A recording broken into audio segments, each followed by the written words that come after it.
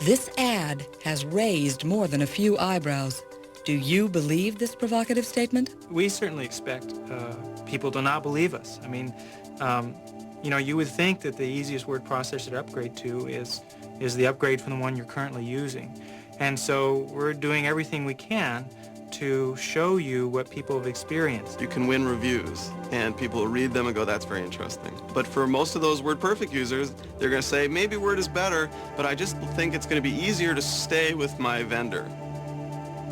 And so we needed to get some outside validation. We needed to just test it in the real world. As part of their usability testing, the Microsoft Word for Windows team turned to the National Software Testing Laboratories in Philadelphia. Known for its national publication, the Software Digest, NSTL also does independent testing of products. We simply advertised that we were doing comparison testing of PC software, of word processors, that we were looking for people with WordPerfect experience. And we screened the people in a phone interview before we brought them in. Some of the things we asked them were how to do some basic functions in WordPerfect, such as how they would bold text, to ensure that they had some basic knowledge of WordPerfect.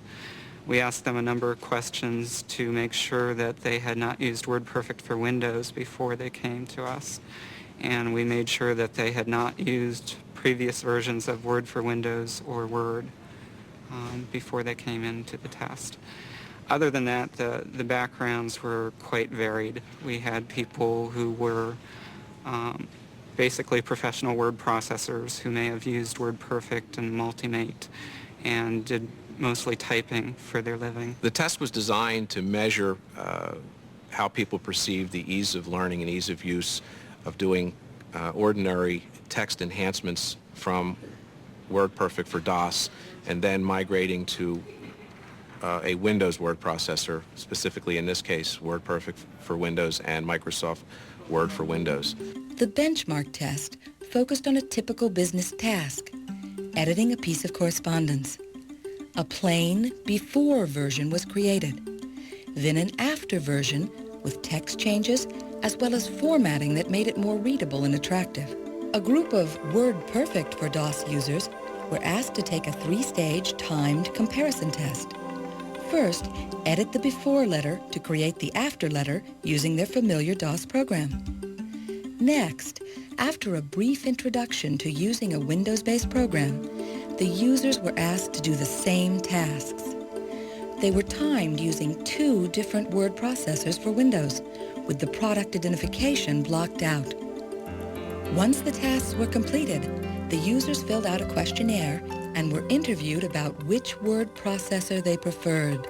The quantitative phase of the testing revealed significant performance improvements using Word for Windows 2.0. As far as the timing results, people were able to finish the test faster in Word for Windows 2.0 than in WordPerfect for Windows. I believe the average difference was around 20 minutes. We don't endorse products. NSTL does not endorse a product. We report test results. We found that approximately 80% of the WordPerfect for DOS users preferred Microsoft Word for Windows over WordPerfect for Windows. Let's examine some of the reasons for these significant findings as we interview individuals who took the Word Challenge conducted at Microsoft University. The first task was placing a border around the sender's address at the top of the page. Initially, that was the first thing, because I saw that at the top of the list, and I was thinking, oh, I'm going to be frustrated. I mean, how on earth am I going to do that? With the Microsoft Word program, and it was so simple, and it was so quick. I mean, I saw the border, and went to that, and looked at this, and it said, I mean, box, and then a border size, like so, and I clicked on that, and ta-da.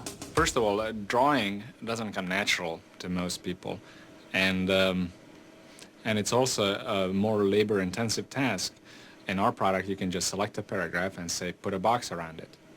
And magically a box appears, and you never have to worry about it again. And in the graphics box box caption, help menu, and I can't get out.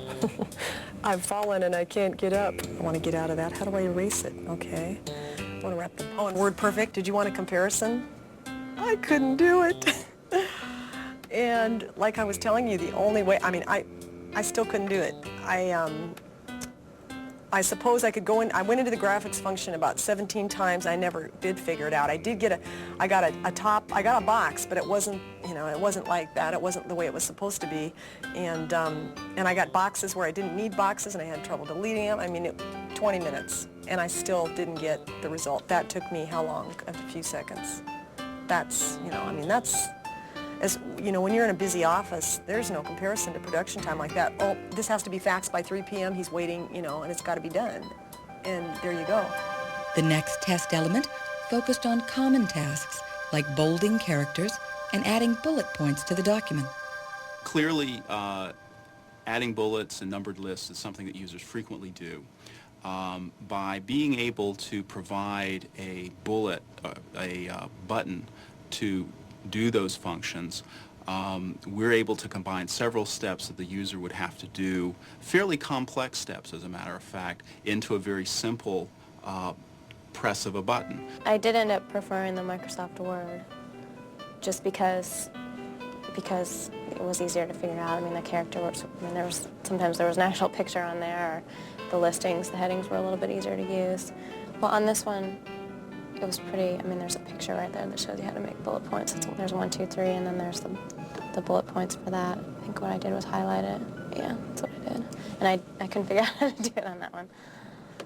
I could indent it, but I didn't know where the specific bullet point symbol was. I never did it right. All I did was I bolded this. What I did was I bolded a period and made it in this huge print so that it would look like a bullet. And then I indented it. I mean, it was, you know, not very professional and not the way it was supposed to be done. It was clumsy. And I the same way when I use WordPerfect myself, it's clumsy. Well, you have to look around for things and experiment with things. And we charge $52 an hour for my time. It's expensive to the client if it's going to take me time to futz around with this. So therefore, I have to write it out, and then it has to go to the secretary where I could have had this done already. Tables are a powerful way to communicate ideas. A key element of the test was adding a new row of information to an existing table. Here in Word, it actually has the word table. And it asked me to insert a row in the table. So I went to Court C, highlighted it, hit table, and I wanted to insert a row, so I press a button and there's a row. Type in whatever I needed to type in, return, and it's done. Just considering speed, I would use Word for Windows. The WordPerfect seemed to have multiple menus where you'd have to click on something, know what sub-menu to use, and then click on that. With WordPerfect, I merely selected my location and went to Layout, to Tables, and then Options. It's not right either. With WordPerfect, I went to put my cursor in the place where I wanted to insert the row, chose Tables,